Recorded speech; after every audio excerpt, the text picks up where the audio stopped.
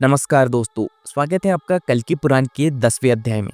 अब तक हमने देखा कि अध्याय 8 में भगवान कल्कि ने अधर्मी राजाओं और असुरों का नाश कर धर्म की पुनर्स्थापना की। अध्याय 9 में उन्होंने शेष बचे हुए दुष्ट शक्तियों का नाश किया, विशेष रूप से नागराज करकोटक और उसके सहयोगी का संहार किया और सतयुग की स्थापना की घोषणा की। अब अध्याय 10 में भगवान कल्कि पृथ्वी पर एक नए युग का आरंभ करते हैं। वे अपने अंतिम कर्तव्यों का निर्वहन कर देवताओं का धन्यवाद करते हैं और अपने धाम को लौटने का विचार करते हैं। सतयुग की स्थापना और धर्म का पुनर्जागरण। भगवान कल्कि ने जब अधर्मियों का नाश कर दिया तो उन्होंने सभी धर्मनिष्ठ राजाओं, ऋषियों और ब्राह्मणों को बुलाकर कहा, अब इस पृथ्वी पर पुनः धर्म की स्थापना हो चुकी है। यह सतयुग का प्रारंभ है। ऋषियों ने वेदों का पुनः पाठ किया और यज्ञ संपन्न कर पूरे वातावरण को पवित्र किया। सभी दिशाओं में शांति और आनंद का संचार हुआ। प्रकृति हरी भरी हो गई, नदियों का जल पुनः निर्मल हो गया और आकाश में दिव्य प्रकाश फैल गया। देवताओं ने पुष्प वर्षा की और आकाश से सतयुग की जय हो का उद्घोष सुनाई देने लगा। पृथ्वी की नवनिर्माण की योजना। भगवान कल्कि ने सतयुग की रक्षा के लिए कुछ महत्वपूर्ण निर्णय लिए। पहला, धर्मनिष्ठ राजाओं का राज्याभिषेक। उन्होंने धर्म का पालन करने वाले राजाओं को उनके सिंहासन पर पुनः आसीन किया। उन्होंने राजा सुमित्र को अयोध्या का राजा बनाया, जो सूर्यवंश के एक धर्मनिष्ठ उत्तराधिकारी थे। अन्य धर्मपरायण राजाओं को भी उनके राज्यों में पुनः स्थापित किया गया।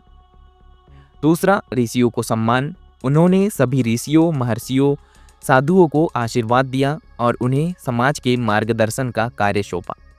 भगवान कल्कि ने कहा, अब से संपूर्ण राष्ट्र वेदों के अनुसार चलेंगे और सभी ऋषिगण धर्म की शिक्षा देंगे। तीसरा, प्रजा का कल्याण।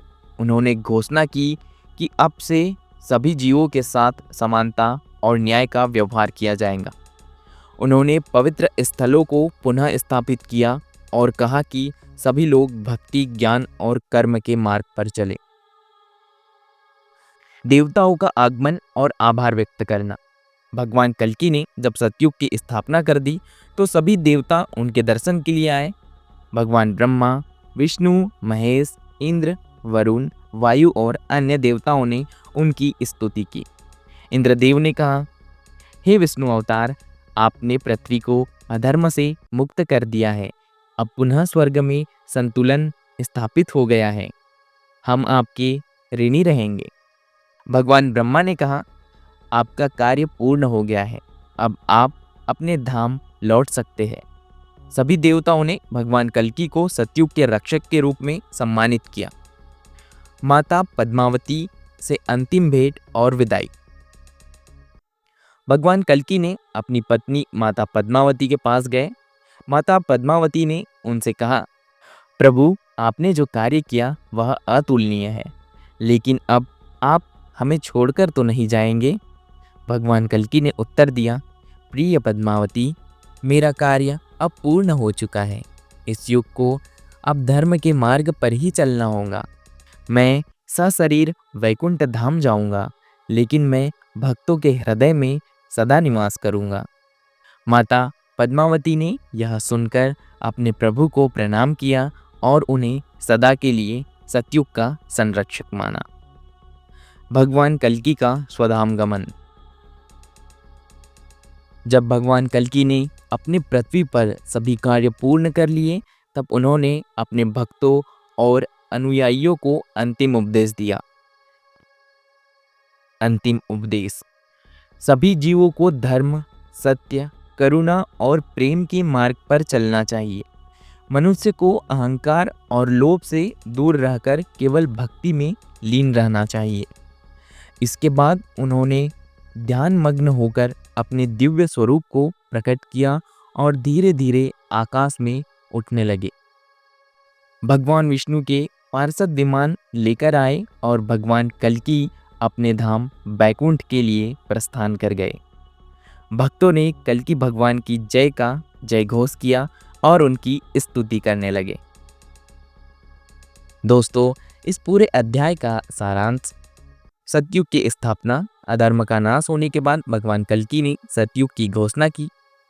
पृथ्वी का पुनर्निर्माण, धर्मनिष्ठ राजाओं को सत्ता सौंपी, ऋषियों को मार्गदर्शन का कार्य दिया और समाज में न्याय की स्थापना की।